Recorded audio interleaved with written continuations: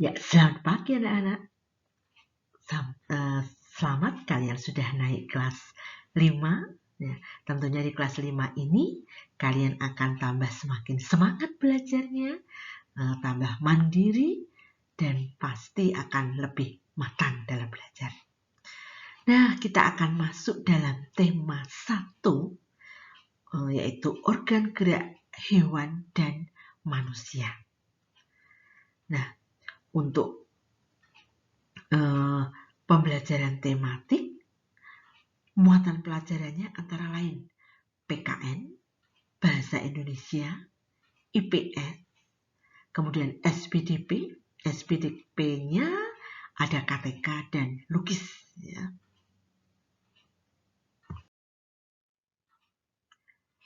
Kita masuk dalam subtema 1, yaitu organ gerak hewan. Untuk hari ini kita nanti akan belajar pembelajaran 1 sekaligus pembelajaran 2. Nah, pembelajaran 1, apa sih tujuannya dalam pembelajaran 1 ini? Nah, setelah kita nanti selesai dalam pembelajaran 1 ini, diharapkan kalian akan bisa menentukan ide pokok dalam setiap paragraf yang ada dalam bacaan yang disajikan. Kemudian kalian juga diharapkan bisa mengembangkan ide pokok menjadi sebuah paragraf yang runtut.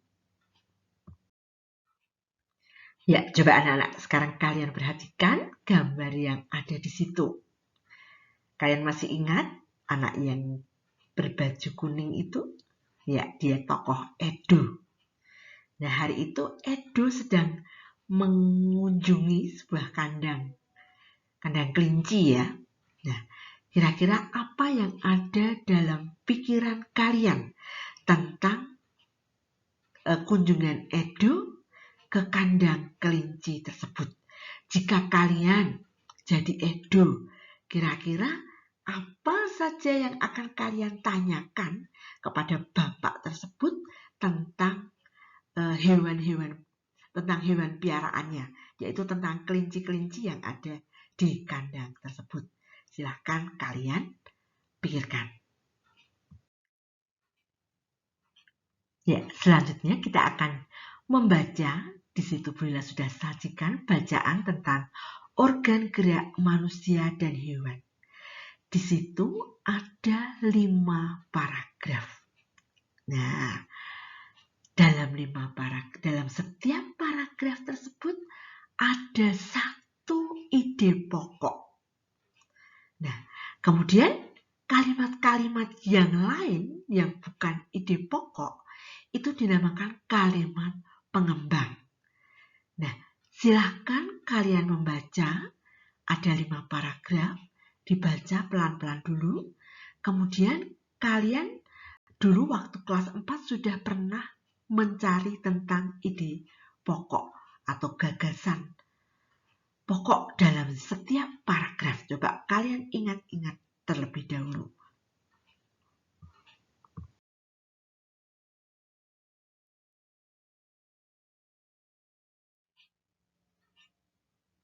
Ya, apa itu ide pokok bacaan?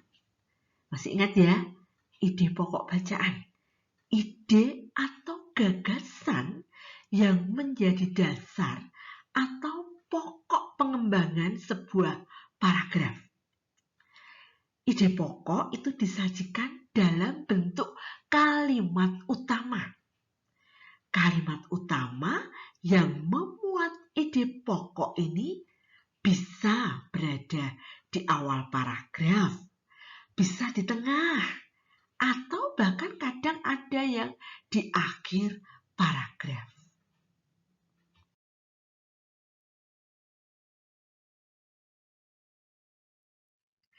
Bagaimana cara menentukan ide pokok? Nah, untuk menentukan sebuah ide pokok, kalian harus membaca kalimat dalam paragraf satu demi satu. Diperiksa, diteliti, kemudian kalian akan menentukan inti paragraf tersebut. Inti paragraf itulah yang disebut ide pokok atau pikiran utama. Ya, coba kita akan lihat di situ ada, ini bacaan yang paragraf keempat dan 5, bila salin di sini ya. Kalian lihat, coba paragraf yang keempat. Ada berapa kalimat itu? Ada 3 kalimat. Ada 1 ide pokok dan ada 2 kalimat pengembang. Kira-kira ide pokoknya yang mana? Kalian baca teliti. Ya, setelah dibaca teliti kita akan tahu. Ya, ide pokok paragrafnya ada di kalimat pertama, yaitu tulang disebut alat gerak pasif karena tulang tidak dapat bergerak dengan sendirinya.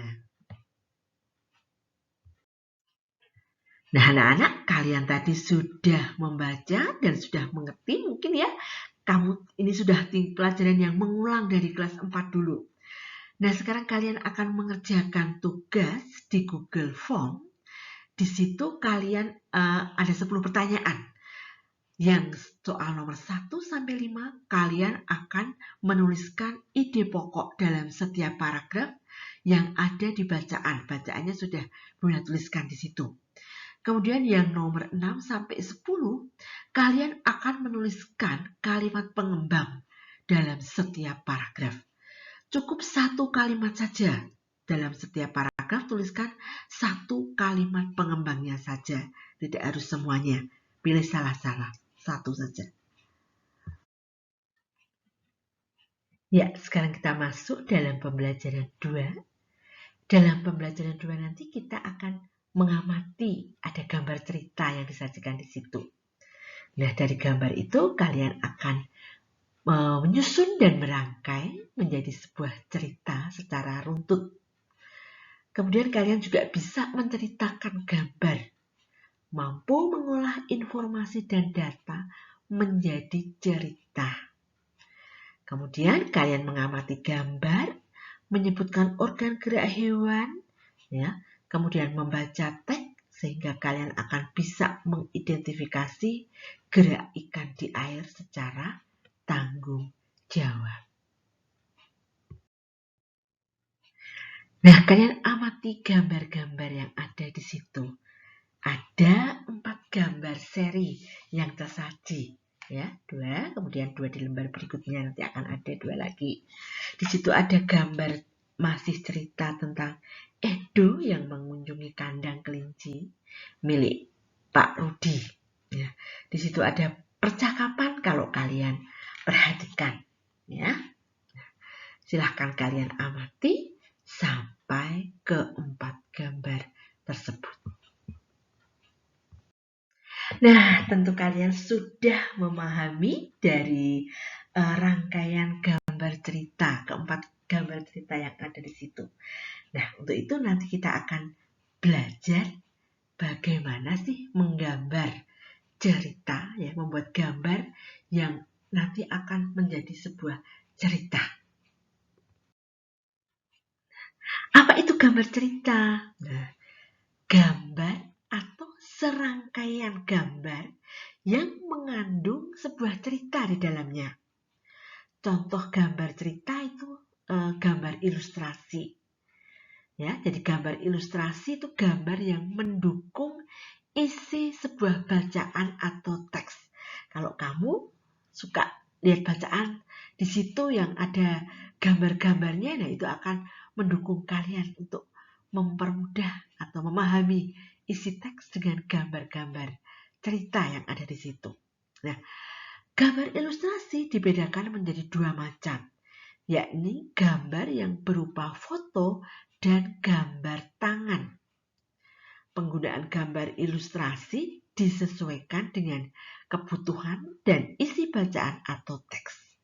Adapun ragam gambar ilustrasi antara lain bisa berupa cergam atau cerita bergambar, komik, pamflet, cover, kartun, dan karikatur.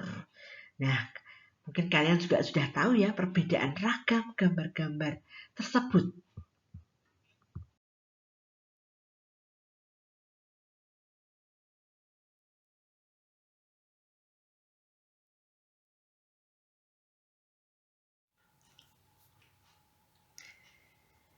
Ya, tugas kalian di rumah adalah membuat gambar ilustrasi dengan tema hewan kesayanganku.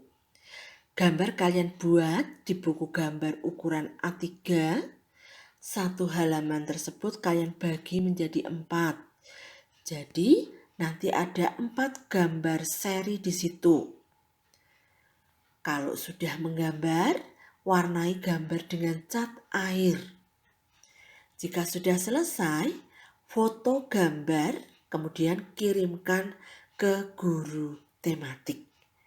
Pengiriman paling lambat hari Sabtu 18 Juli 2020 pukul 6 sore. Terima kasih.